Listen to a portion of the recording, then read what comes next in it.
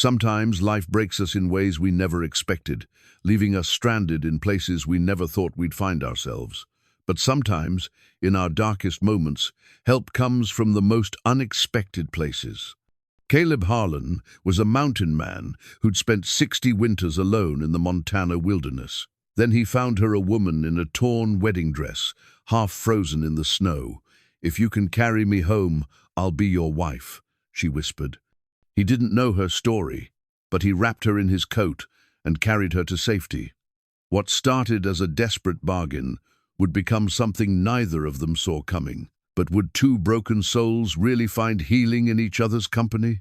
Before we jump back in, tell us where you're tuning in from, and if this story touches you, make sure you're subscribed, because tomorrow I've saved something extra special for you. The cabin stood like a weathered sentinel against the Montana sky, its log walls darkened by decades of mountain storms. Smoke curled steadily from the stone chimney, the only sign of life in the vast white expanse that stretched toward the Bitterroot Mountains. Inside, the warmth hit like an embrace after the brutal cold outside.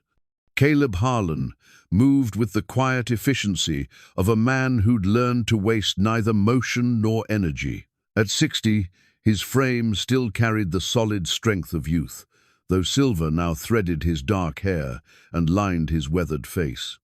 His hands, scarred from years of trapping and hunting, held a gentleness as he adjusted the blanket around the woman he'd carried from the snow. She'd been unconscious when he found her, her lips blue with cold, that torn wedding dress clinging to her like a tattered dream. Now, 3 days later, she drifted in and out of fever-touched sleep, while he tended her with the same patience he'd learned from nursing injured animals back to health. The cabin reflected 30 years of solitary life.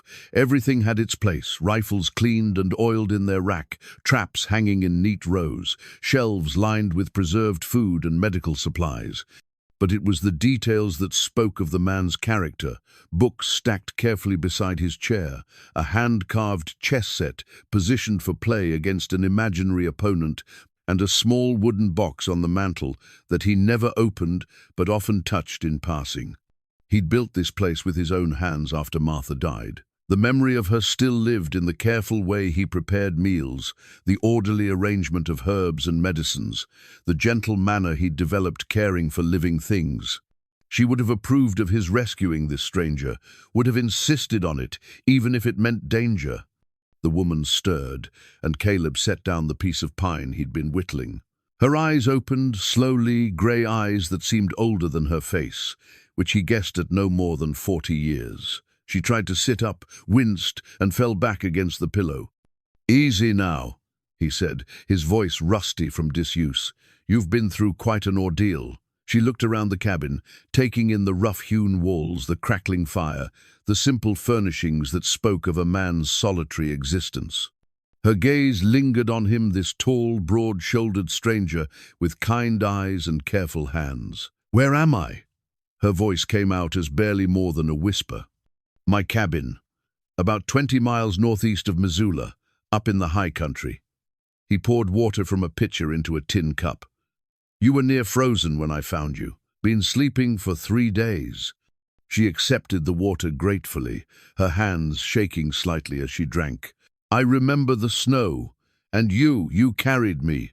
Seemed like the thing to do." He settled into his chair, maintaining a respectful distance. "Don't get many visitors up here, especially not in wedding dresses." A flush crept across her pale cheeks. She looked down at the simple wool dress she now wore, one of his old shirts altered to fit her. "My clothes, ruined from the cold and wet, had to get you into something dry." His tone was matter-of-fact, professional. "I've got some experience with exposure cases." She nodded, then seemed to remember something. "What I said when you found me. About being my wife if I carried you home." He leaned back, studying her with those steady brown eyes. "Figured you were half out of your head with cold. People say all sorts of things when they're dying." "I wasn't dying." Her voice grew stronger. "And I meant what I said." Caleb was quiet for a long moment, his weathered hands folded in his lap. That's quite an offer, from a woman whose name I don't even know. Margaret Sullivan. She hesitated. Maggie. Caleb Harlan. He nodded toward the window, where snow continued to fall steadily. Well, Maggie Sullivan, you're welcome to stay until the weather breaks and you're strong enough to travel. After that, we can talk about whatever arrangement you have in mind. The days that followed settled into a careful routine. Caleb tended his traps and checked his snares, always returning by midday to ensure Maggie was comfortable.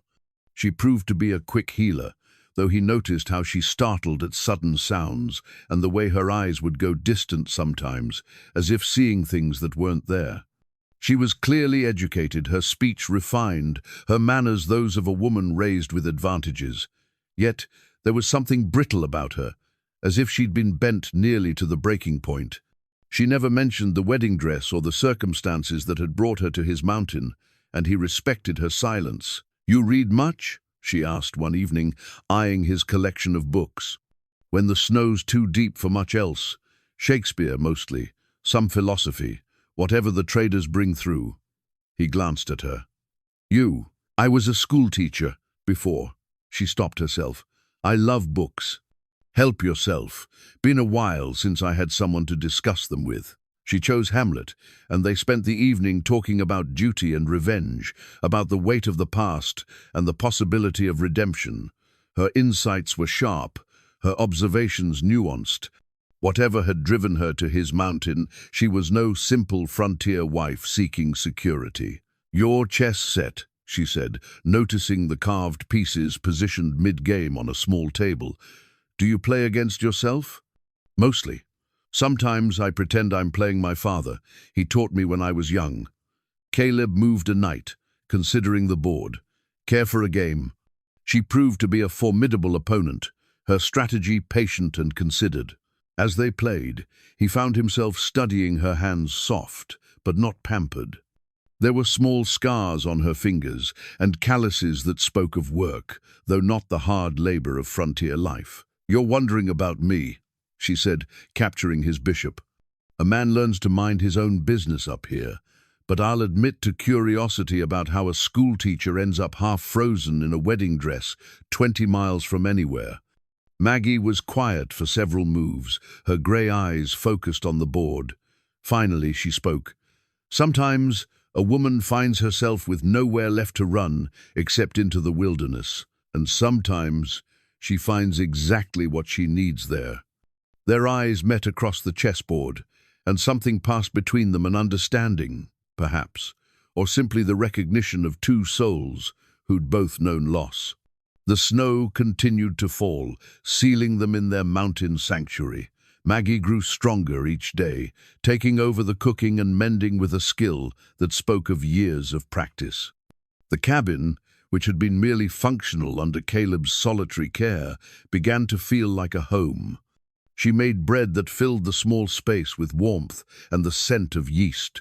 She organized his medical supplies with the efficiency of someone who'd tended injuries before. Most importantly, she brought conversation and companionship to a life that had grown too quiet. "You mentioned an arrangement," Caleb said one evening as they sat by the fire, she with her mending and he carving a new handle for his axe. "I meant what I said in the snow." Her needle didn't pause in its steady rhythm.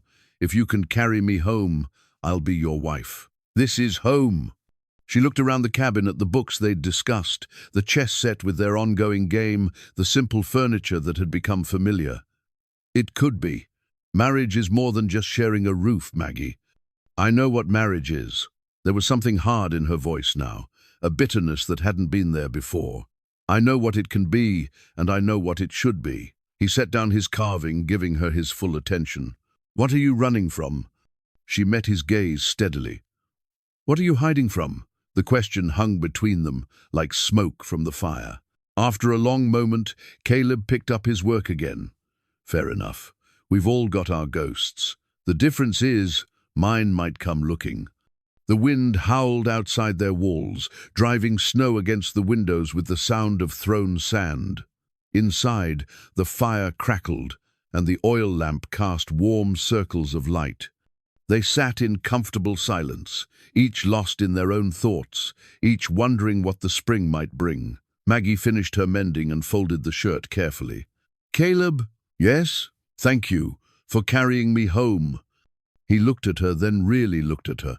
The hollow-eyed desperation had faded from her face, replaced by something steadier. She was still pale, still too thin, but there was strength in the set of her shoulders and determination in the line of her jaw. "You're welcome," he said simply. Outside, the wind sang its winter song, and inside, two lonely souls continued the careful dance of learning to trust again. The chess game waited on its table, half finished, like the conversation they'd started and the life they might build together if they could both find the courage to try. Spring was still months away, but already something was changing in the high country. Something that had nothing to do with seasons and everything to do with the possibility that even broken hearts could learn to beat in harmony again. The revelation came on a morning when the snow had finally stopped and pale sunlight streamed through the cabin windows. Maggie was washing dishes in the basin, her sleeves pushed up to her elbows, when Caleb noticed the dark marks around her wrists, finger-shaped bruises that had faded to yellow-green but were still visible against her pale skin. He'd seen such marks before, during his years as a soldier. The pattern was unmistakable. "Maggie!" Something in his voice made her turn, her hands still dripping soapy water. When she saw his expression, she quickly pulled her sleeves down, but it was too late. "How long?" he asked quietly. She didn't pretend to misunderstand. Her shoulders sagged, as if a weight she'd been carrying had suddenly become too heavy to bear. 3 years of marriage. It got worse after the first year. Caleb felt something cold settle in his stomach. He'd assumed she was a widow, or perhaps abandoned by a husband who'd found another woman. This was something else entirely. "He thinks I'm dead," she said, her voice barely above a whisper. "The storm, everyone saw me leave the church. They'll have found my horse by the creek, probably think I fell through the ice trying to cross. You're still married." It wasn't a question. "Legally, yes." She dried her hands on a dish towel, her movements careful and controlled, but not in any way that matters to God or conscience. Caleb moved to the window, looking out at the pristine wilderness that had been his sanctuary for 30 years.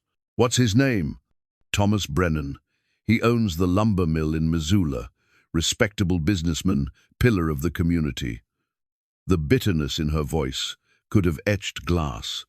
"Everyone thinks he's a fine man, kind to his workers, generous to the church. They don't see what happens behind closed doors. The wedding dress. I was supposed to renew our vows, 3 years of marriage, and he wanted a ceremony to show the whole town what a devoted husband he was." She laughed, but there was no humor in it. "I couldn't do it. Couldn't stand there in white and promise to love and honor a man who—" Her voice broke. Caleb turned from the window. Maggie stood by the table, her hands gripping the back of a chair so tightly her knuckles had gone white. Her grey eyes were bright with unshed tears, but her chin was raised in defiance. "So you ran?" "I ran. In my wedding dress, in a snowstorm, with no plan except to get as far away as possible." She met his gaze steadily. "I would have died out there if you hadn't found me. Maybe that would have been better." "Don't say that." The sharpness in his voice surprised them both. "Don't ever say that." "Why? Because it makes you uncomfortable to hear the truth?" The words came out harsh, edged with pain. "I'm a runaway wife, Caleb. In the eyes of the law, I'm his property. If he finds me, he won't." "You don't understand. Thomas doesn't give up things that belong to him. He'll look for me, and he has money and connections. The sheriff is his cousin. The judge plays poker at his house every week." Her voice grew smaller. "If he finds me, he'll drag me back, and it'll be worse than before. Much worse." Caleb was quiet for a long moment, processing what she'd told him. When he'd found her in the snow, he'd thought he was saving a woman in distress. Now he understood the true nature of her situation and his own. "Does he know about this place?" "I don't think so. I've never mentioned you, never talked about the high country. But Thomas is thorough, if he suspects I'm alive." She shuddered. Let me get this straight. Caleb's voice was calm, measured. You're legally married to a man who beats you. You faked your own death to escape him. And now you're asking me to hide you from the law. I'm not asking anything. Pride flashed in her eyes. I made you an offer in the snow, and I'll honor it if you'll have me. But I won't lie to you about what that means. If you take me as your wife, you'll be harboring a fugitive. You'll be breaking the law. And if I don't, then when the snow melts, I'll move on. Find somewhere else to hide, or... She didn't finish the sentence. Caleb moved to the mantel, his fingers brushing the small wooden box he kept there. Inside were Martha's wedding ring and a lock of her hair, all he had left of the woman who'd taught him what real love could be.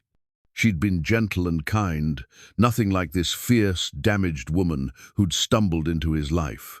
But Martha had also been strong when strength was needed, and she'd never tolerated injustice. "Show me," he said quietly. "What?" "The bruises. All of them." Maggie's face went pale, but after a moment's hesitation, she began to unbutton her sleeves. The marks on her wrists were the least of it.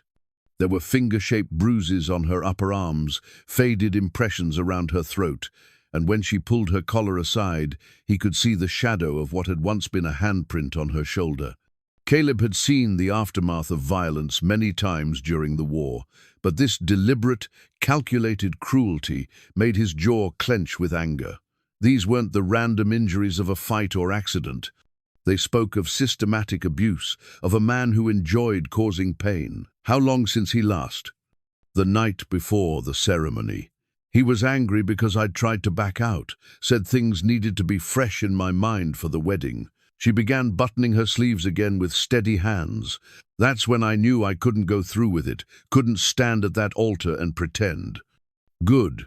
The word came out harder than he'd intended. Any woman with sense would have done the same. Would she? Maggie's laugh was brittle. The church teaches that wives should submit to their husbands. The law says I belong to him. Most people would say I should have honored my vows. Most people are fools. Caleb moved away from the mantel, his decision made. You said if I carried you home, you'd be my wife. I carried you home. Caleb, I'm 60 years old, Maggie. I've lived alone for 30 years, and I've made my peace with it. But I won't turn out a woman who needs protection, and I won't send her back to a man who treats her like that. He gestured toward her concealed bruises. The offer you made in the snow, does it still stand? Yes. The word came out as barely a whisper. Then I accept. We'll make it legal as soon as we can find a preacher who'll perform the ceremony without asking too many questions. Until then, you're under my protection. You don't know what you're saying. If Thomas finds out, then he'll have to deal with me. There was something in Caleb's voice that hadn't been there before, something that spoke of old skills and hard experience. I may be a hermit, Maggie, but I'm not defenseless. She stared at him, searching his face for any sign of doubt or hesitation. What she saw there must have reassured her, because some of the tension left her shoulders. There's something else you should know, she said quietly. Thomas has money, and he's not afraid to use it. If he decides I'm alive and comes looking, he won't come alone. He'll bring men hired guns, probably. He has connections in places that would surprise you. Let him come. Caleb's tone was matter-of-fact, as if they were discussing the weather. This is my mountain, and I know every trail, every hiding place, every approach. Any man fool enough to come up here looking for trouble will find more than he bargained for. I don't want you to have to fight because of me. Maybe not, but sometimes a fight comes whether you want it or not. He moved to the rifle rack, checking the action on his Winchester with practiced efficiency. The question isn't whether I'm willing to fight. The question is whether you're willing to stay and build something worth fighting for. Maggie looked around the cabin that had become her sanctuary at this quiet man who'd risked everything to protect a stranger. When she spoke, her voice was steady and sure. Yes, she said, I'm willing to stay. Outside, the wind had picked up again, but inside the cabin, two people had just committed themselves to a path that would change both their lives forever. The wedding ring, hidden in Maggie's belongings, the one she'd never removed, more from fear than sentiment, suddenly felt like a chain she was finally ready to break.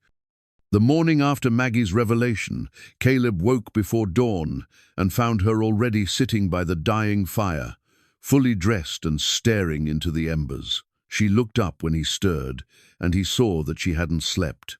"Having second thoughts?" he asked, pulling on his boots. "About staying?" "No." She stood and moved to the window, where the first pale light was beginning to touch the mountain peaks. "But I keep thinking about what happens when spring comes, about whether you really understand what you've agreed to." "I understand plenty." He joined her at the window, close enough to feel the tension radiating from her small frame. "But there's something you need to understand too. If you're going to survive up here, really survive, not just hide, you need to know how to take care of yourself. I can cook and clean and mend." "That's not what I mean." He moved to a wooden chest in the corner and lifted the lid, revealing an assortment of items she hadn't seen before. "These mountains don't care if you're a lady or a schoolteacher or a runaway wife. They'll kill you just as quick as they'd kill anyone else. If something happens to me, you need to be able to survive on your own." He pulled out a leather-bound journal, its pages yellowed with age.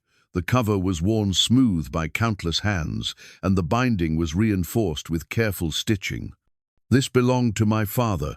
Everything he learned about living in the wilderness is in here.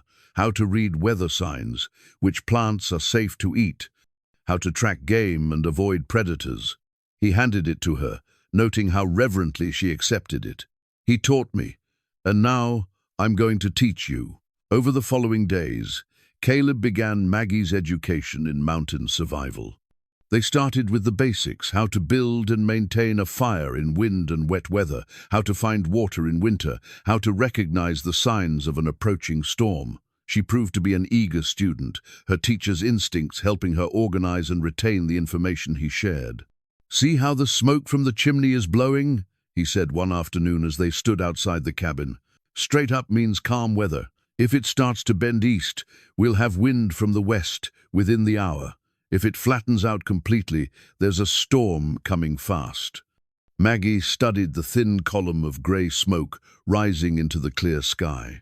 "How do you know which direction is which without a compass? Moss grows thicker on the north side of trees. Snow melts faster on southern slopes. And see that peak there?" He pointed to a distinctive mountain in the distance. "That's been my landmark for 30 years. Once you know where you are in relation to fixed points, you can always find your way." She absorbed these lessons with the same focused attention she'd once given to teaching children their letters. But Caleb noticed that she jumped at unexpected sounds, the crack of a branch in the wind, the distant call of a hawk. Her eyes would dart to the tree line, searching for threats that weren't there. "You don't have to be afraid," he said one evening as they sat by the fire. She absorbed in his father's journal while he worked on repairing a trap. "I'm not afraid." The words came out too quickly. "Maggie." He set down his tools and looked at her directly. "Fear's not a weakness. It kept you alive long enough to get away from that bastard. But you can't live in it forever." She closed the journal carefully, her finger marking her place. "It's hard to believe I'm really safe. For 3 years, I was always watching, always waiting for the next." She stopped herself. "Tell me about before you married him." For a moment, he thought she wouldn't answer. Then she settled back in her chair, her voice taking on a softer quality than he'd heard before. "I taught at the school in Helena, had my own little house, my own life. I loved those children. Some of them came from families that barely had enough to eat, but they were so eager to learn." A small smile touched her lips. "There was this one boy. Jamie couldn't have been more than 7. He'd walk 3 miles each way just to sit in my classroom and listen to stories." "What happened to that life?" "Thomas came to town on business. Lumber contracts with the railroad. He was charming, well-dressed, said all the right things." Her voice grew bitter. "I thought I was lucky to catch the attention of such a successful man. My friends all said so. And after the wedding, he moved me to Missoula, said I didn't need to work anymore. At first, I thought it was generous, a husband who wanted to take care of his wife. But then I realized he didn't want me to have anything that was mine alone. No job, no friends he didn't approve of, no money of my own. She stared into the fire. That's when the real Thomas started to show. Caleb had been whittling as she spoke, his knife working automatically while he listened. The piece of pine in his hands was taking the shape of a small bird, a robin, perhaps, or a sparrow. You miss teaching. Every day. There's something about watching a child's face when they understand something new, when the world suddenly makes sense in a way it didn't before. She glanced at him. What did you do before? Before the mountain? He was quiet for so long she thought he wouldn't answer. Finally, he set down his carving and met her eyes. I was a soldier. Cavalry, mostly. Fought in the war. He gestured vaguely eastward. Afterward, I came west with my wife. We planned to start a ranch, raise horses maybe, build something peaceful. What happened to her? Fever took her the second winter we were here. I'd gone down to town for supplies, got caught in a blizzard for 4 days. When I made it back, his voice trailed off. I'm sorry. It was a long time ago, but that's when I decided the mountain was enough company for me. Until now. They sat in comfortable silence, the fire crackling between them and the wind singing its winter song outside their walls. Maggie picked up the journal again, but Caleb noticed she was watching him more than reading. The bird, she said, nodding toward his carving. It's beautiful. He looked down at the small wooden robin in his hands, surprised to see how detailed it had become while his attention was elsewhere. My father taught me this too. Said a man's hands should always be making something useful or beautiful. May I? She held out her hand. He placed the carving in her palm, noting how carefully she cradled it. Her fingers traced the delicate lines he'd carved to suggest feathers, the tiny beak he'd shaped with patient precision. It looks ready to fly away. Maybe that's the point. Some things are meant to be free. Their eyes met across the small space, and something passed between them, an understanding that went deeper than words.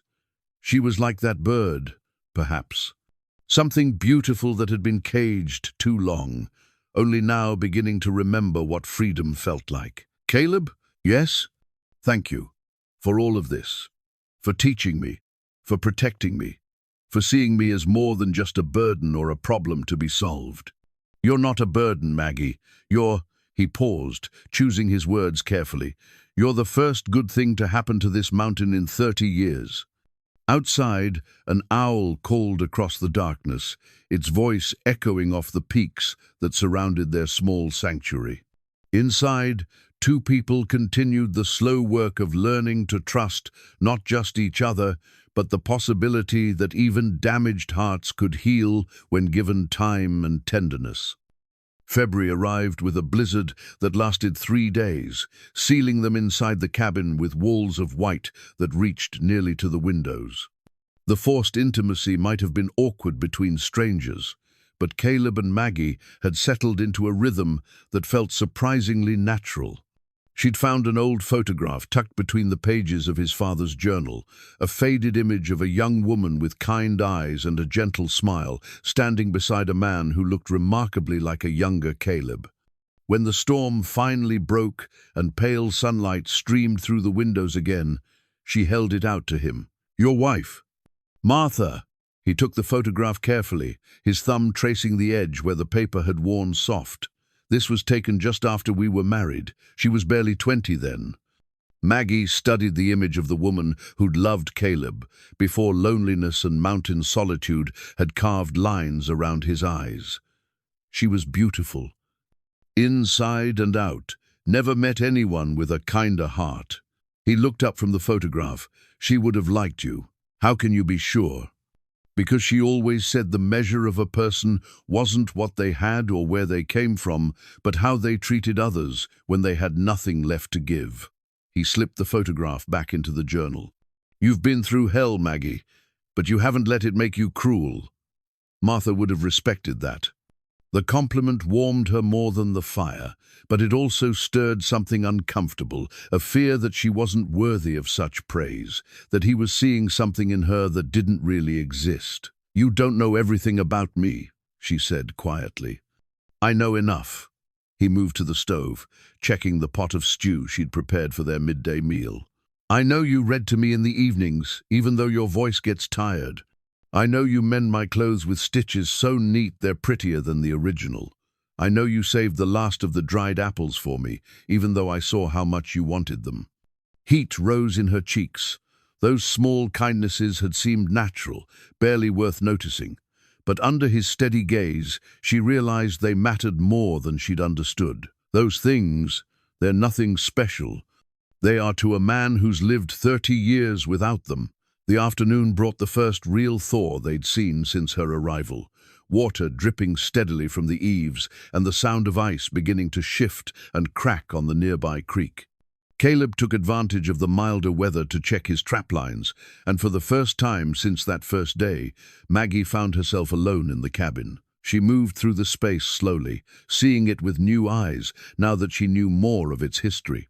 The careful organization wasn't just the habit of a solitary man, it was the tribute of a widower who'd preserved the home he'd shared with his wife.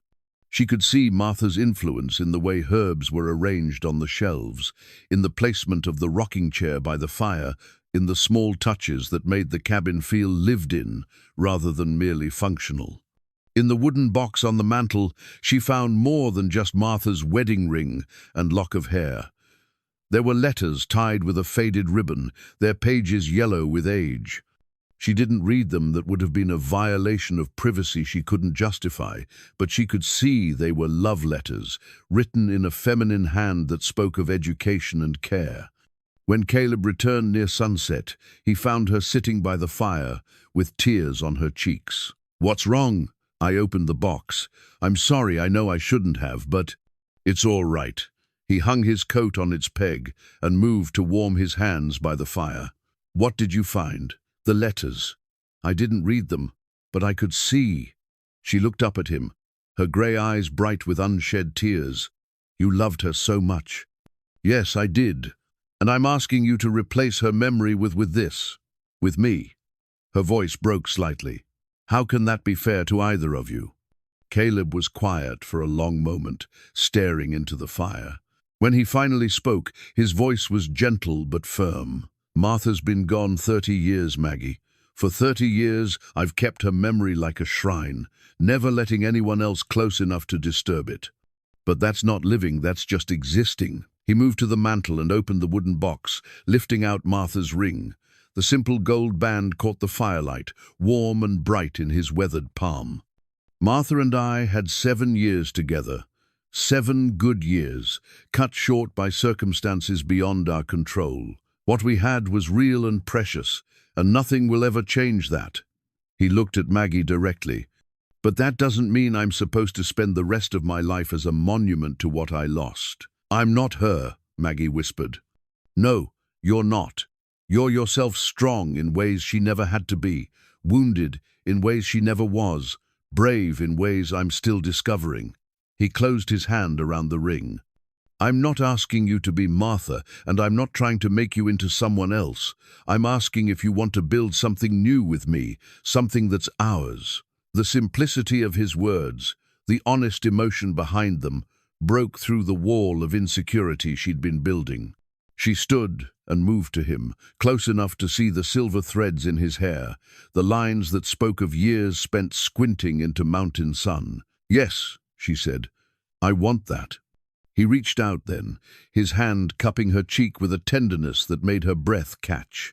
His thumb brushed away a tear she didn't realize had fallen. "Then we'll take it one day at a time. No promises about forever, no grand declarations. Just 2 people sharing a life and seeing where it leads." When he kissed her, it was nothing like the desperate, possessive kisses Thomas had forced on her. This was gentle, questioning, a conversation rather than a demand. She felt herself lean into him, her hands coming up to rest against his chest, where she could feel the steady beat of his heart. When they broke apart, she stayed close, her forehead resting against his shoulder. "I'm scared," she admitted. "Of what?" "Of being happy, of letting myself believe this is real." She pulled back to look at him. "Of what happens when spring comes and the outside world finds us." Spring's still months away. That's months to get stronger, to prepare, to decide what kind of life we want to build together. His hands settled on her shoulders, warm and steady. "Whatever comes, we'll face it together." Outside, the evening wind had picked up, rattling the windows and reminding them both that winter was far from over. But inside their sanctuary, something was changing. The careful distance they'd maintained was giving way to something warmer, more intimate. Not passion, not yet, but the quiet recognition that they were no longer strangers, sharing space, but partners beginning to share a life. That night, for the first time since her arrival, Maggie slept without dreams of Thomas or memories of pain. Instead, she dreamed of spring, of mountain meadows and clear skies, of a future that might actually be worth the risk of believing in it. March brought the first real signs of spring, patches of bare ground appearing where the snow had melted, the sound of running water growing stronger each day as the creek swelled with snowmelt. With the changing season came a restlessness in both Caleb and Maggie, an awareness that their mountain sanctuary wouldn't remain isolated forever. It was while gathering firewood that Maggie made the discovery that changed everything. She was stacking split logs in the woodshed when her hand brushed against something unexpected: papers tucked behind a loose board in the wall. When she pulled them free, she found herself holding military discharge papers, yellowed with age, but still legible. Captain Caleb Harlan, Twund, Montana Cavalry. Distinguished Service Cross. Honorable discharge. The formal language couldn't hide what the commendations revealed. This quiet mountain man had been a decorated officer, skilled in tactics and warfare. When Caleb returned from checking his traps, he found her sitting at the table with the papers spread before her. "I was looking for kindling," she said without preamble. "These were hidden in the woodshed." He looked at the documents, then at her face, reading the questions there. "That was a long time ago. Captain Harlan." She touched the papers gently. "Distinguished Service Cross. That's not given lightly." "No, it's not." He moved to hang up his coat, his movements deliberate and unhurried. "What do you want to know? Why you never mentioned it? Why a decorated cavalry officer is living alone on a mountain like a hermit?" Caleb poured himself coffee from the pot on the stove, adding a measure to a second cup for her. When he sat down across from her, his expression was thoughtful but not defensive. "Because the war's over, and the man who earned those commendations died with it. The man who came back, the man who buried his wife and built this cabin, he just wanted peace. But the skills you learned, the training, still there." His voice was matter-of-fact. "A man doesn't forget how to fight, how to read terrain, how to plan strategy. But knowing how to kill and choosing to do it are different things." Maggie studied his face, seeing him with new eyes. The careful way he moved, the unconscious manner in which he positioned himself to see both the door and windows, the methodical way he maintained his weapons, all of it spoke of military training that had never really left him. "When I told you Thomas might come with hired men, you weren't worried." "No, I wasn't, because you've faced worse. Much worse." He met her gaze steadily. "But I didn't want to scare you with talk of fighting and killing. You'd had enough of violence." "I'm not afraid of the truth, Caleb. I'm afraid of lies and half-truths, and men who hide what they really are." Her voice carried an edge that spoke of hard experience. "Thomas was always charming in public, always the perfect gentleman. It was only behind closed doors that I saw who he really was. And you think I'm hiding something similar? I think you're a good man who's seen bad things and done what he had to do. I think you're trying to protect me from knowing how dangerous you can be." She reached across the table and touched his hand. "But I need to know. If we're going to face whatever's coming together, I need to understand what you're capable of." Caleb was quiet for a long moment, his fingers intertwining with hers. Finally, he began to speak, his voice low and measured. "I joined up when I was 19. Thought it would be an adventure, a chance to see the country and serve something bigger than myself. The reality was different than the stories made it sound." He told her about battles fought in mud and blood, about decisions that meant life or death for the men under his command. He spoke of the weight of responsibility, of sleepless nights planning strategies that would bring his soldiers home alive. He described the aftermath of combat, the silence that followed gunfire, the faces of boys who'd never see another sunrise. "The citation mentions a battle near the Yellowstone River," Maggie said, reading from the papers. "What happened there?" "Confederate raiders had taken a settlement hostage, 30 families, including children. My orders were to wait for reinforcements, but by the time they arrived, those people would have been dead." His voice grew distant, remembering. "I took 20 men and went in anyway. We got the hostages out, but it cost us dearly." "How many men did you lose?" 6. "Good men, all of them. Boys who trusted me to bring them home." He looked at her directly. "That's what the medal was, for saving those families. But 6 mothers got letters because of my decision. Sometimes I wonder if the trade was worth it." Maggie was quiet, absorbing what he'd told her. When she spoke, her voice was gentle but firm. "You saved 30 families, 90 people, maybe more, including children who grew up to have families of their own. The men who died, they made that choice too. They followed you because they believed in what you were doing." "You sound very sure." "I am sure, because I know you, Caleb Harlan. You're the kind of man who carries guilt for decisions that had no good options. You're the kind of man who spent 30 years on a mountain because you think you don't deserve peace." She squeezed his hand. "But you do deserve it. And more than that, you deserve to be known for who you really are." "And who am I, in your opinion?" "You're a protector. You always have been. In the war, you protected your men and those families. On this mountain, you protected yourself from more pain. And now," she smiled, the expression transforming her face, "now you're protecting me. Is that what you want? A protector? I want a partner, someone who's strong enough to stand with me, not someone who thinks I need to be sheltered from reality." Her grey eyes were clear and direct. "Thomas tried to control me by keeping me weak and ignorant.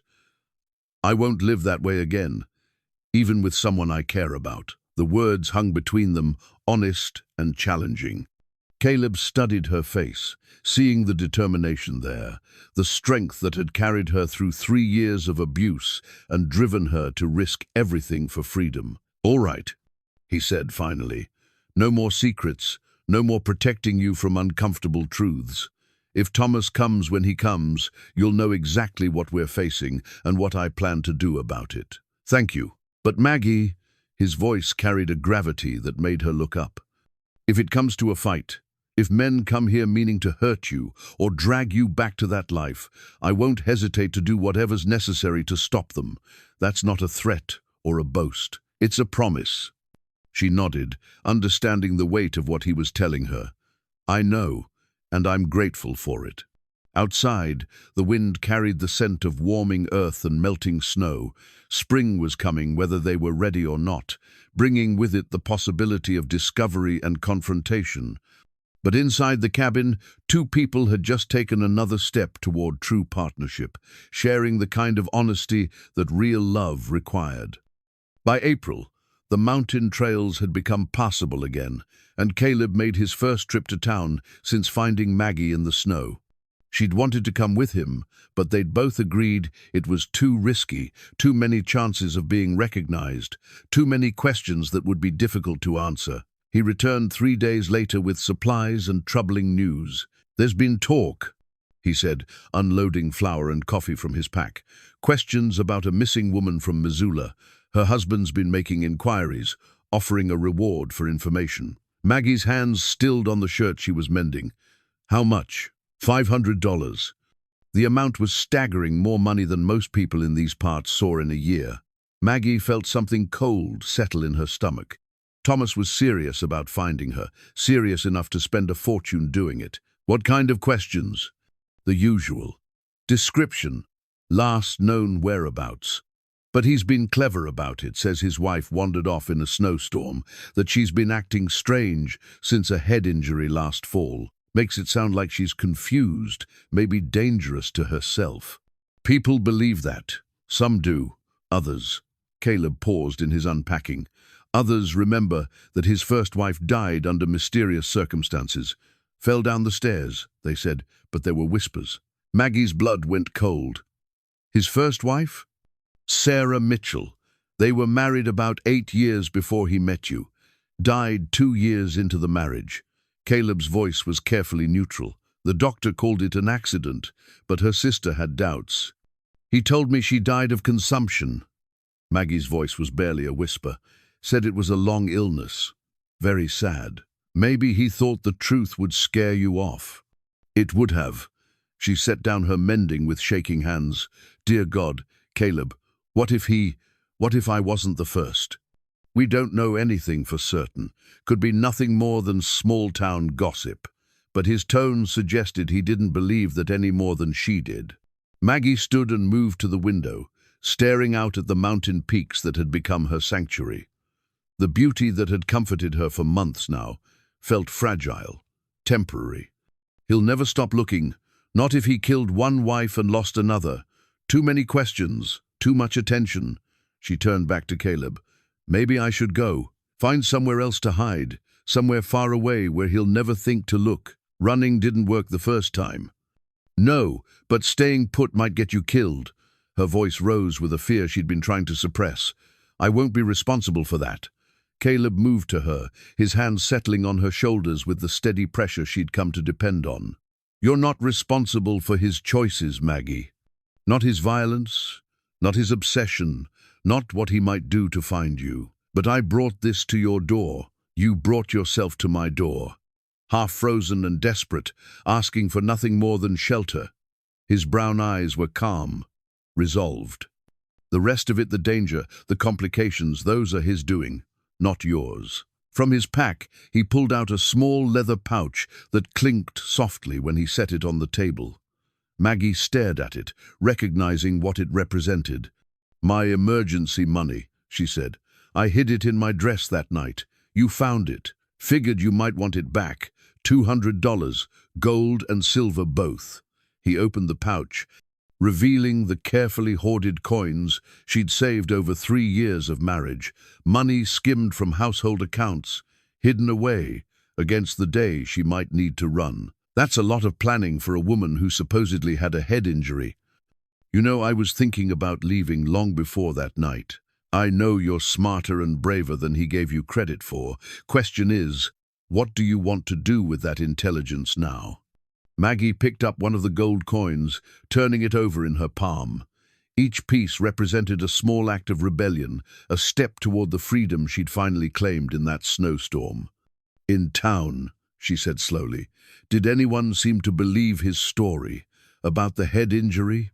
Some, but others, older women, mostly, women who've seen how the world treats wives, they had doubts. Mrs.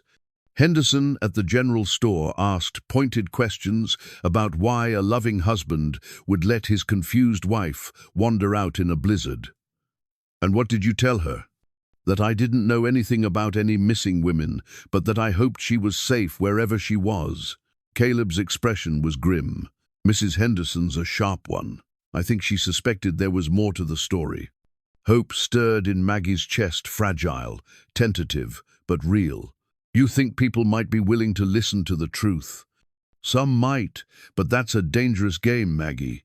Once you surface, once you start telling your story, there's no going back to hiding.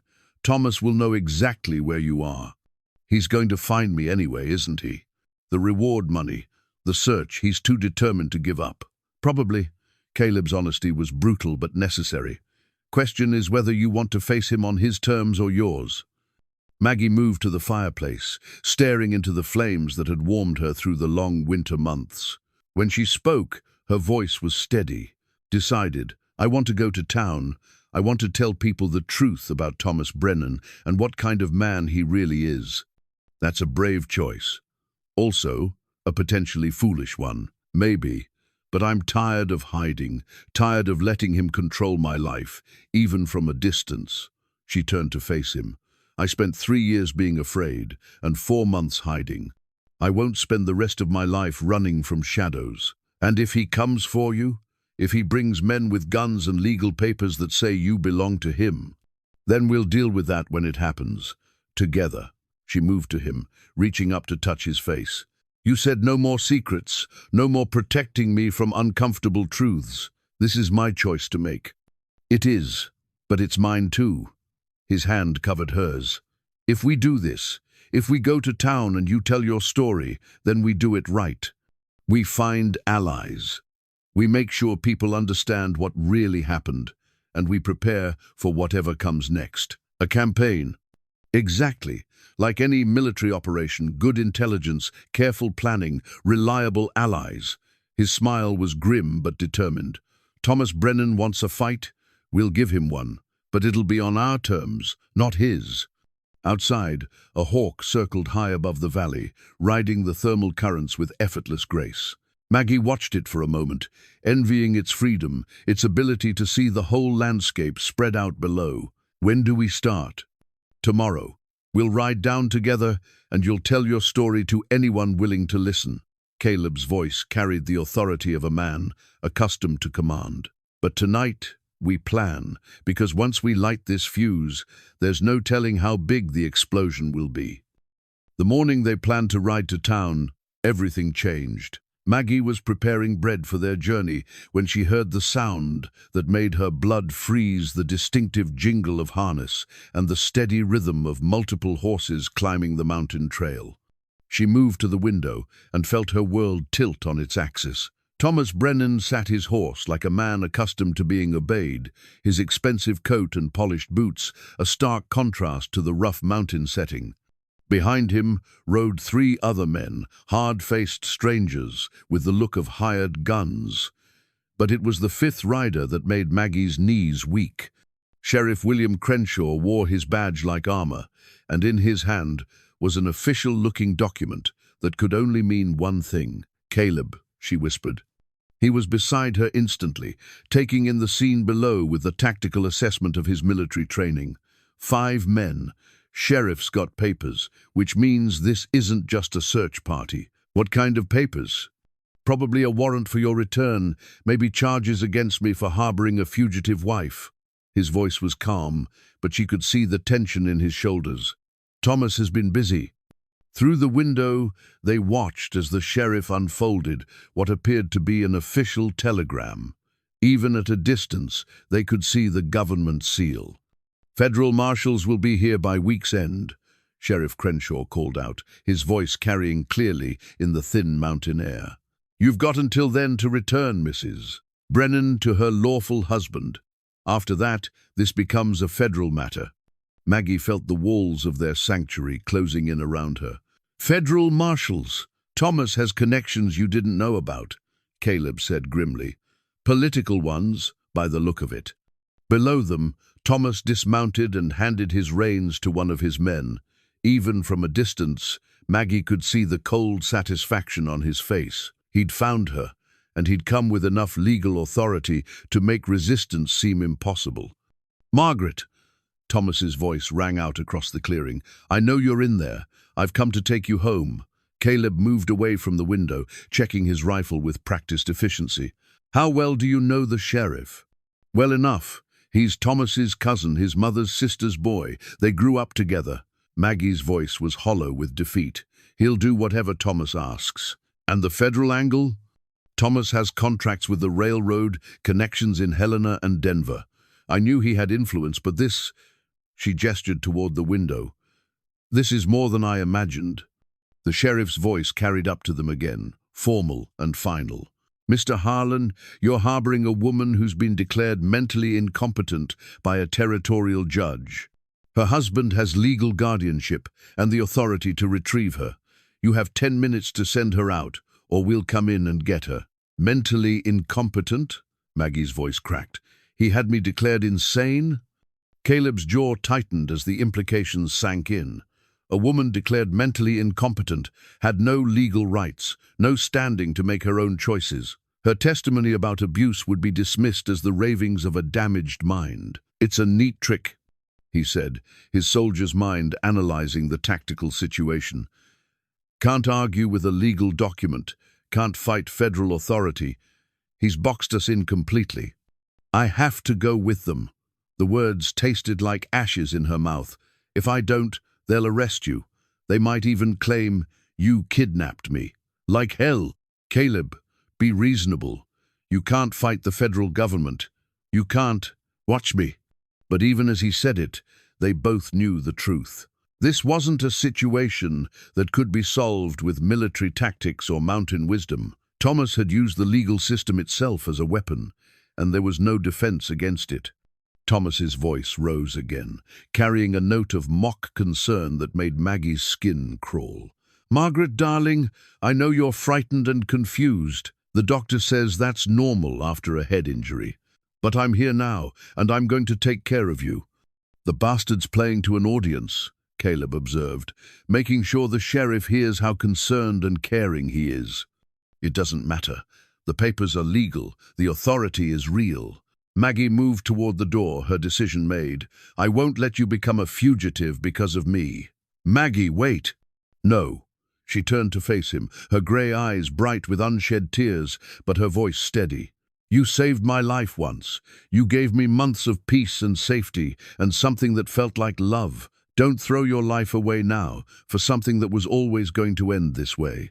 She moved to the wooden chest where she kept her few possessions, pulling out the simple dress she'd been wearing when he found her. Her hands shook as she began to change out of the comfortable clothes that had marked her time of freedom.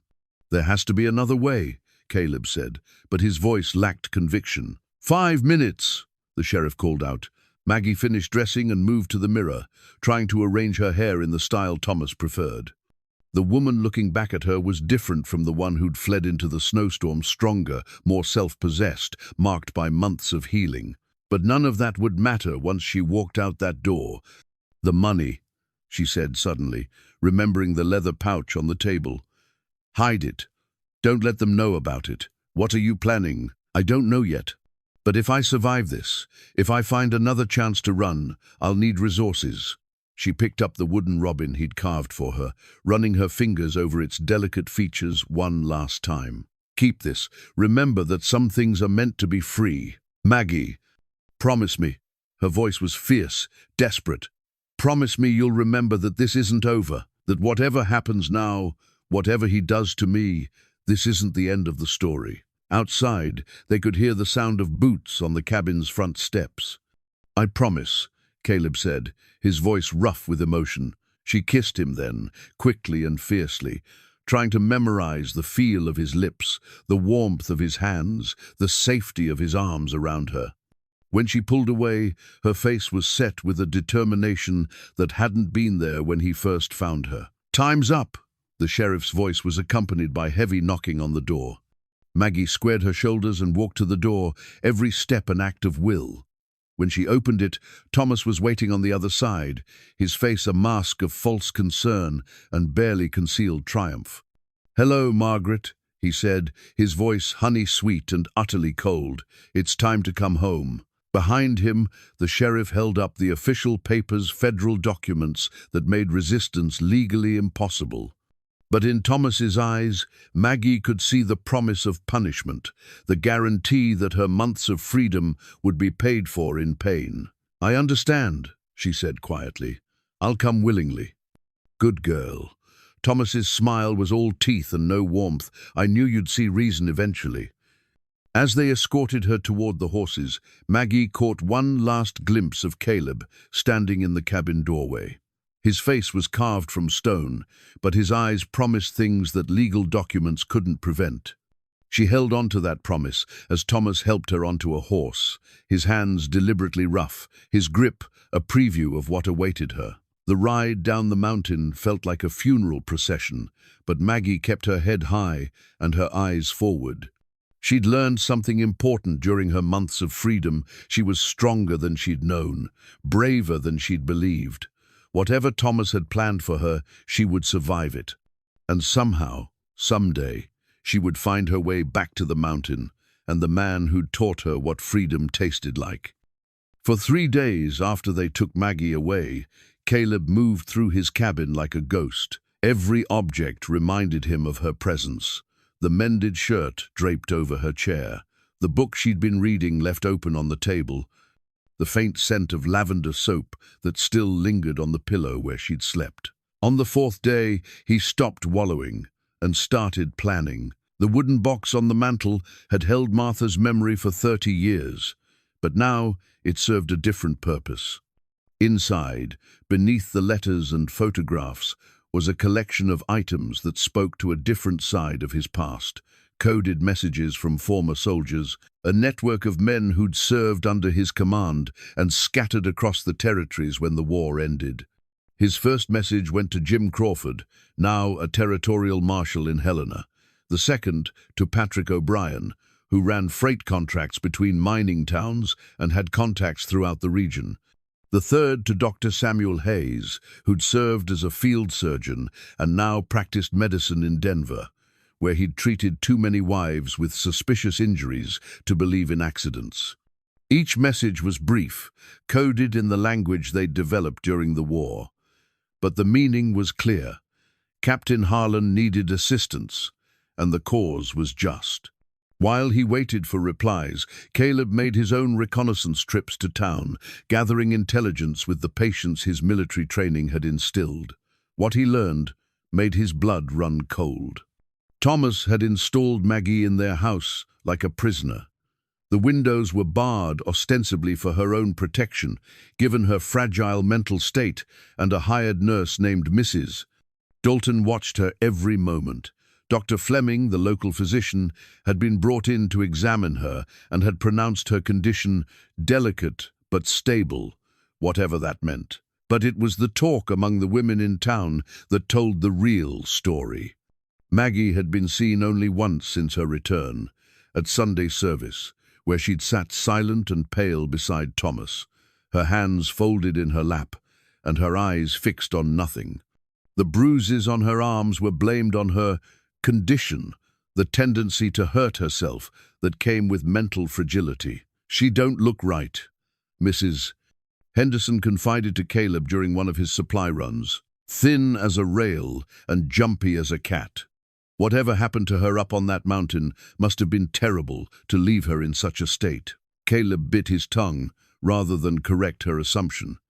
The story Thomas had spread painted him as either a kidnapper who'd taken advantage of a confused woman, or at best a hermit who'd been too simple to realize she needed proper medical care. Either way, he was the villain in the narrative, and Maggie was the victim who'd been rescued from his rough mountain ways. The replies to his messages began arriving by the end of the week, carried by riders who knew how to find him without being seen. The news they brought was both encouraging and sobering. Jim Crawford's message was characteristically direct, federal involvement puzzling, no official request filed through proper channels, someone pulling strings behind scenes, investigating. Patrick O'Brien had traced the connections that allowed Thomas to claim federal authority. Railroad contracts tied to territorial governor's office, governor's wife, sister to federal judge in Denver. Money and influence buying favors at highest levels. But it was Dr. Hayes's message that provided the most useful intelligence. Examined first wife's body after death. Injuries consistent with prolonged abuse, not accidental fall. Local coroner intimidated into silence. Have documentation. Can testify if needed. Caleb spread the messages on his table like a general planning a campaign. The situation was complex, but not hopeless. Thomas's power came from connections and money, not legitimate authority. The federal angle was a bluff, impressive but ultimately hollow. But dismantling it would require more than mountain fighting skills. It would take strategy, timing, and allies. The most detailed intelligence came from an unexpected source.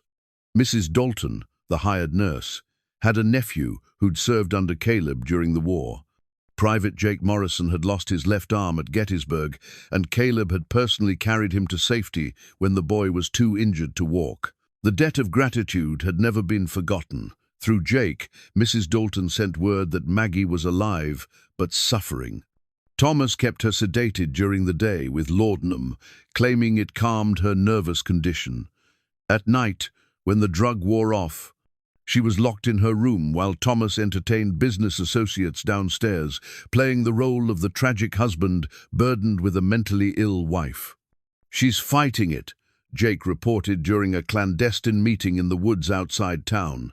"Mrs. Dalton says she refuses to eat the food they bring, knows it's drugged. She's getting weaker, but she's still fighting. How long can she hold out?" "Not long." Thomas is getting impatient, talking about having her committed to an asylum in Denver. "Once she's there." Jake didn't need to finish the sentence. They both knew what happened to women who disappeared into territorial asylums. When? Soon. Maybe within the week. He's already been making inquiries. That night, Caleb sat by his fire and made the hardest decision of his life.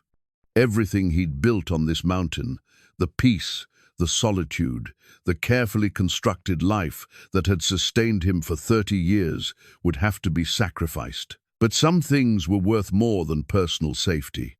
He opened the wooden chest one more time, removing items he hadn't touched since the war. His captain's bars, tarnished but unmistakable, letters of commendation that established his character and service record. And most importantly, a particular document that few people knew existed, a presidential pardon for actions taken during wartime that had technically violated civilian law. The next morning brought visitors. Jim Crawford arrived first, his marshal's badge giving him authority that even Thomas would have to respect. Doc Hayes came on the noon stage, carrying a medical bag and a reputation that stretched throughout the territories. Patrick O'Brien rode in with a freight wagon that contained more than supplies hidden among the legitimate cargo, were men who'd served under Caleb's command and were prepared to serve again. They gathered in the church after evening service, when the building was empty and their conversation couldn't be overheard. Reverend Mills, a soft-spoken man with steel in his backbone, had agreed to let them use the space after Mrs. Henderson convinced him that justice was at stake. "The legal situation is complicated," Jim Crawford began, spreading documents on the altar like evidence in a trial. "Thomas has been clever about creating the appearance of federal authority, but it's all built on favors and connections. The actual paperwork wouldn't stand up to serious scrutiny." "What about the competency ruling?" Dr. Hayes asked. "Issued by a territorial judge who's never examined the patient, based solely on Thomas's testimony and Dr. Fleming's assessment." Crawford's expression was grim. "Dr. Fleming, by the way, has gambling debts that Thomas has been known to cover." "So the whole thing is corrupt," Patrick O'Brien observed. "Question is, how do we prove it without getting ourselves arrested in the process?" Caleb had been quiet during this exchange, studying the faces of the men who'd answered his call. These were good men, honorable men, but they were asking them to risk everything on his word that Maggie was worth saving. "There's something else," he said finally, "something that changes everything."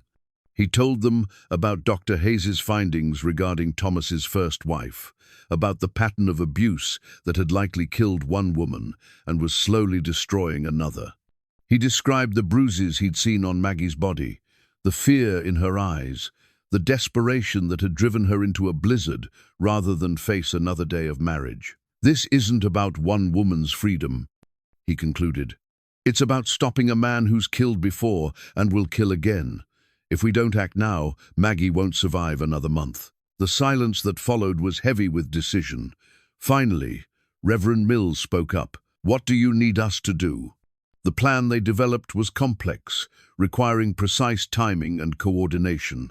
Dr. Hayes would request an independent medical examination, using his professional reputation to demand access to Maggie. Jim Crawford would challenge the federal authority angle, demanding to see the actual paperwork. Patrick O'Brien would spread word among the business community about Thomas's first wife and the suspicious circumstances of her death. But the key element was something only Caleb could provide: a direct confrontation that would force Thomas to reveal his true nature in front of witnesses who couldn't be bought or intimidated. "It's dangerous," Jim Crawford warned. "If this goes wrong, we could all end up in federal prison." "If we do nothing," Caleb replied, "a woman dies and a killer continues to walk free. Sometimes the choice isn't between safe and dangerous, it's between right and wrong." As the meeting broke up, each man knowing his role in the coming confrontation, Caleb felt the familiar weight of command settling on his shoulders. It had been 30 years since he'd led men into battle, but the principles remained the same: clear objectives, reliable intelligence, and the willingness to sacrifice everything for the cause. Tomorrow, they would begin the campaign to save Maggie's life. Tonight, he would prepare for war. The confrontation began at 10 o'clock on a Tuesday morning, when Dr. Hayes knocked on Thomas Brennan's front door with the authority of medical science behind him. "I'm here to conduct an independent examination of Mrs. Brennan," he announced when Thomas answered, his voice carrying the crisp professionalism that had made him one of the most respected physicians in the territory. "I've been retained by the Territorial Medical Board to assess her condition." Thomas's face went through several expressions before settling on polite confusion. "I'm afraid I don't understand, Doctor. My wife is under the care of Dr. Fleming, who's been treating her condition since her return." Dr. Fleming's assessment has been questioned by his peers. Given the serious nature of Mrs. Brennan's alleged mental incapacity, the board requires a second opinion from a specialist in nervous disorders. Dr. Hayes held up an official-looking document. "This is perfectly routine in cases involving competency rulings." Behind Thomas, Caleb could see movement in the hallway. Mrs. Dalton, the hired nurse, hovering nervously in the background. She caught sight of him through the window and gave an almost imperceptible nod. Maggie was awake and aware, fighting off the effects of whatever drugs they'd been giving her. "This is highly irregular," Thomas protested, but his voice lacked conviction. He was trapped between his desire to refuse and his need to maintain the facade of being a concerned husband. "Perhaps we could schedule this for later in the week." "I'm afraid the matter is urgent," Jim Crawford interrupted, stepping into view with his marshal's badge prominently displayed. "There's been a formal complaint filed regarding the circumstances of Mrs. Brennan's commitment. The territorial government takes these matters very seriously." Thomas's face went pale. "A complaint? From whom?" "That's not something I can discuss at this time," Crawford replied smoothly. "But I can tell you that until this matter is resolved, Mrs. Brennan is under the protection of this office."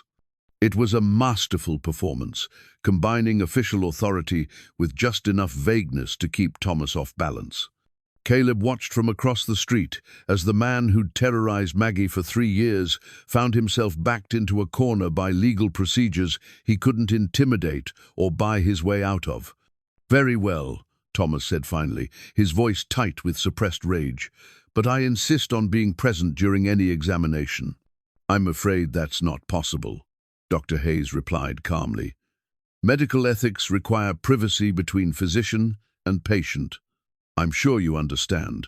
The next 20 minutes felt like hours as they waited for Dr. Hayes to complete his examination. Caleb positioned himself where he could watch both the front and back of the house, while Crawford maintained his official presence on the front porch, and Patrick O'Brien lingered nearby with his freight wagon, ready to provide transportation if they needed to leave quickly. When Dr. Hayes finally emerged, his face was carved from granite. He spoke quietly to Crawford, then both men approached Thomas with the kind of formal gravity that left no room for argument. "Mr. Brennan," Dr. Hayes began, his voice carrying across the street, "I've completed my examination of your wife, and I'm afraid I have serious concerns about her current condition and treatment." "What kind of concerns?" "Mrs. Brennan shows clear signs of narcotic poisoning, consistent with prolonged administration of laudanum or similar substances. She's severely malnourished and exhibits physical injuries that are inconsistent with self-inflicted harm or accidental occurrence." Thomas's face flushed red. Are you suggesting that I've somehow mistreated my wife? She's been under constant medical supervision. I'm stating medical facts, Dr. Hayes interrupted. Mrs. Brennan is lucid, coherent, and shows no signs of the mental incapacity described in Dr. Fleming's assessment. In my professional opinion, she's been deliberately sedated to maintain an appearance of incompetence. That's absurd. Dr. Fleming has been treating nervous disorders for 20 years. Dr. Fleming has also failed to document any of the injuries I observed, nor has he questioned the presence of opiates in a patient supposedly suffering from mental confusion rather than physical pain. Dr. Hayes's voice cut like a scalpel. Either he's incompetent or he's complicit. It was at that moment that Maggie appeared in the doorway behind Thomas. She moved slowly, clearly still fighting the effects of whatever they'd been giving her, but her eyes were alert and focused. When she saw Caleb across the street, her face lit up with an expression of pure relief. "Caleb," she called out, her voice stronger than anyone expected. "You came for me." Thomas spun around, his mask of concerned husband finally slipping to reveal the rage beneath. "Get back inside, Margaret. You're not well."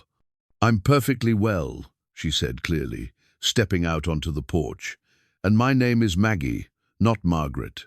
I've told you that for 3 years." The simple declaration, spoken in front of witnesses with official authority, changed everything. This wasn't a confused woman being cared for by a devoted husband. This was a prisoner finally able to speak for herself.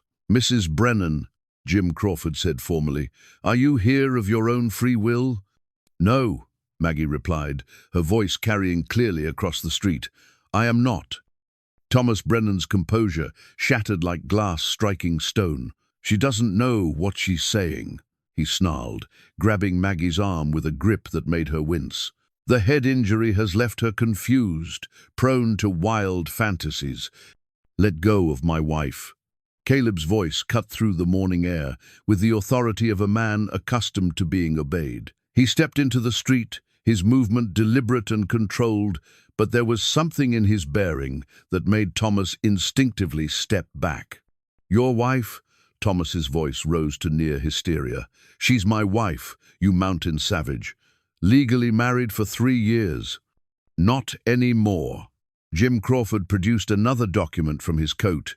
"This is a formal annulment petition, filed this morning with the Territorial Court. Dr. Hayes's medical examination has provided evidence that the marriage was conducted under false pretenses and maintained through coercion."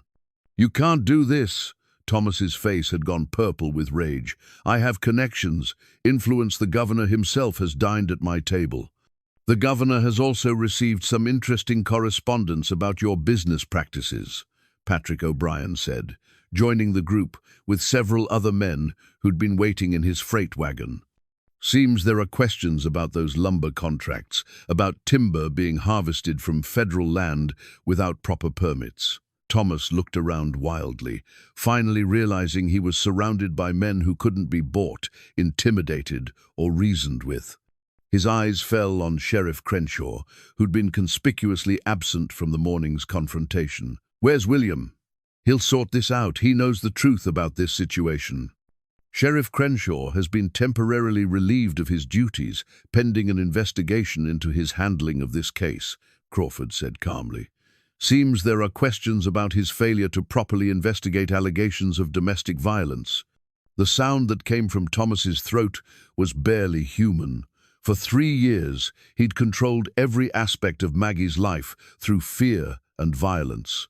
For months, he'd hunted her with the certainty that money and connections would eventually bring her back under his power. Now, watching his carefully constructed web of influence collapse around him, he reverted to the only method of control he'd ever really trusted. "She belongs to me," he said, his voice dropping to something cold and deadly. "I don't care what papers you have or what lies she's told. She's my property, and I'm taking her home." He reached inside his coat, and Caleb saw the glint of metal that meant a hidden weapon. But 30 years of mountain living and military training had left him with reflexes that age hadn't dulled. He moved faster than a man his size should have been able to, closing the distance between them in 2 quick strides. The gun never cleared Thomas's coat. Caleb's hand clamped around his wrist with the strength of a man who'd spent decades swinging an axe and hauling traplines. Thomas cried out as his fingers went numb, and the weapon clattered to the porch. "You shouldn't have done that," Caleb said quietly.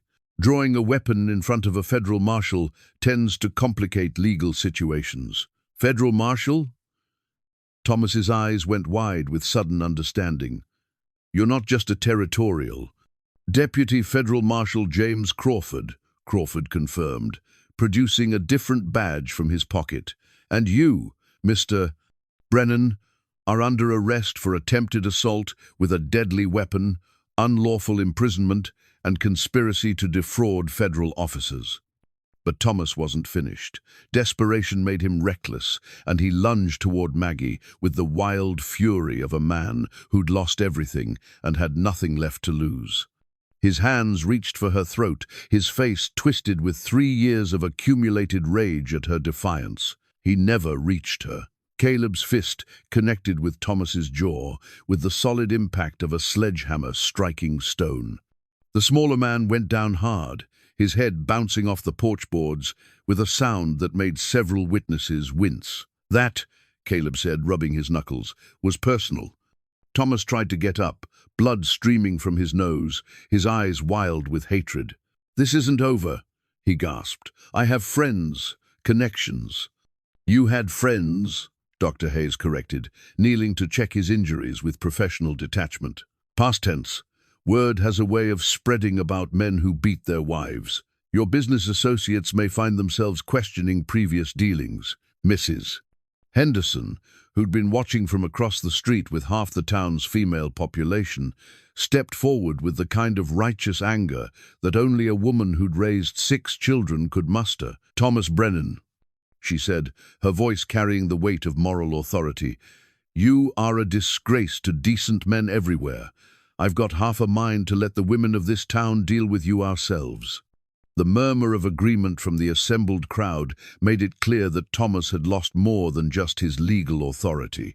He'd lost the respect and fear that had been the foundation of his power. As Crawford placed shackles on Thomas's wrists, Maggie moved slowly toward Caleb. She was still weak from her ordeal, still fighting the effects of the drugs they'd forced on her, but her eyes were clear and determined. "You came for me," she said simply. "I promised you this wasn't over," Caleb replied, opening his arms to receive her. "Some promises are worth keeping." When she stepped into his embrace, the watching crowd erupted in spontaneous applause. Justice, it seemed, still had meaning in the Montana Territory. 6 months later, on a crisp October morning, when the aspen leaves had turned to gold and the mountain air carried the promise of winter's return, Maggie stood before the mirror in the cabin that had become her true home. The dress she wore was simple but beautiful, fashioned from fabric that had once been curtains, sewn with careful stitches and decorated with wildflowers she'd pressed between the pages of books during the summer months. It wasn't the elaborate gown she'd worn to her first wedding, with its layers of silk and expensive lace, but it was hers, made by her own hands for a ceremony that meant everything because it was freely chosen. "You look beautiful," Caleb said from the doorway, and she turned to see him dressed in his best shirt and trousers, his hair neatly combed and his face clean-shaven. At 60, he was still a handsome man. But more than that, he was a good man, the kind of man she'd never dared hope she might find. "Are you nervous?" she asked, smoothing the simple skirt of her dress. "Should I be? Most men get nervous on their wedding day. Most men haven't spent half a year planning this particular wedding." He moved to her side, taking her hands in his larger, calloused ones. "I've never been more certain of anything in my life." Through the cabin window, they could see their guests beginning to gather in the small clearing where they'd decided to hold the ceremony. The whole town had come. It seemed Mrs. Henderson and her family, Reverend Mills with his worn Bible, Dr. Hayes, who'd made the journey from Denver specifically for this occasion. Even Jim Crawford was there, having taken leave from his federal duties to serve as best man. But it was the presence of the other women that meant the most to Maggie. Word of Thomas Brennan's arrest and trial had spread throughout the territory, and with it had come other stories, other women who'd found the courage to speak about their own experiences with violent husbands. Mrs. Peterson, whose clumsiness had explained too many broken bones. Sarah Mills, the Reverend's own daughter, whose first marriage had ended when she'd finally told her father the truth about why she flinched whenever her husband raised his voice.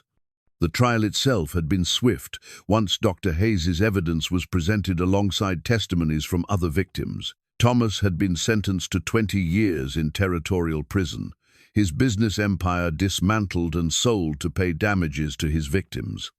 The lumber mill now operated under new ownership, with policies that protected workers and fair wages that reflected honest labor. "Time to go," Caleb said, offering her his arm.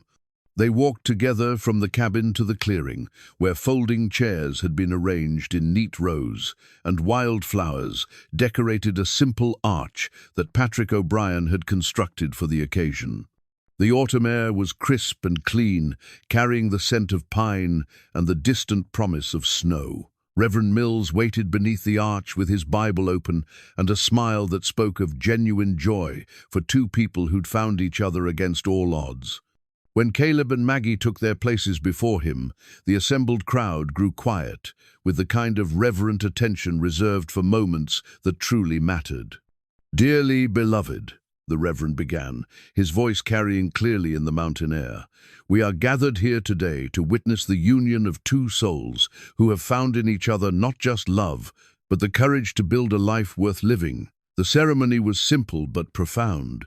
They exchanged vows they'd written themselves, promises that spoke not of obedience and duty, but of partnership and respect, of standing together against whatever storms might come.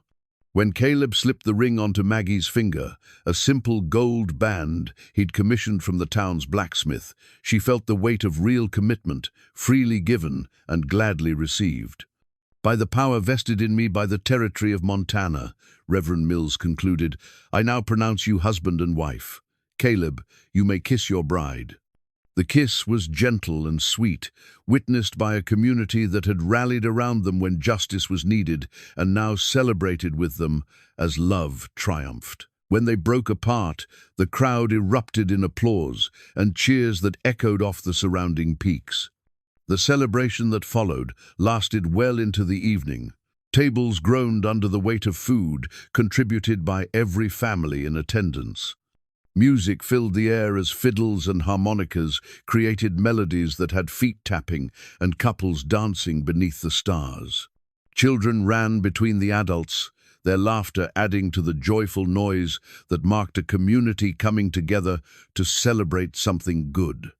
As the evening wound down and guests began to make their way back to town, Maggie found herself standing with Caleb at the edge of the clearing, looking out over the valley that had become their sanctuary. "Any regrets?" he asked, his arm around her waist. "Only one," she said, leaning into his warmth. "What's that?" "That it took me so long to find you." She looked up at him, her face serious in the moonlight. "All those years I spent thinking I had to settle for whatever life offered, never believing I deserved better." "You deserved everything," he said simply. "You deserved love and respect and the freedom to choose your own path. You deserved a partner, not a master. We both deserved better than what we had. But maybe we needed those years of loneliness to appreciate what we've found now." A year later, their story had become something of a legend throughout the territory, the tale of the mountain man who'd rescued a bride from the snow and the woman who'd had the courage to claim her freedom. But for Caleb and Maggie, it wasn't a story at all. It was simply life, the quiet, daily joy of two people who'd learned that real love wasn't about possession or control, but about choosing each day to build something beautiful together. Sometimes, on winter evenings, when the snow fell thick outside their windows, Maggie would look up from her book to find Caleb watching her with the same wonder in his eyes that had been there the day he'd carried her home from the drifts. And she would remember the bargain she'd made that desperate night, "If you can carry me home, I'll be your wife," and marvel at how a promise born from desperation had become the foundation of the truest happiness she'd ever known. Home, she'd learned, wasn't a place. It was a person who chose to love you, not despite your scars, but because those scars were part of the story that had brought you to them. And in that truth, two wounded souls had found the healing they'd never dared hope for.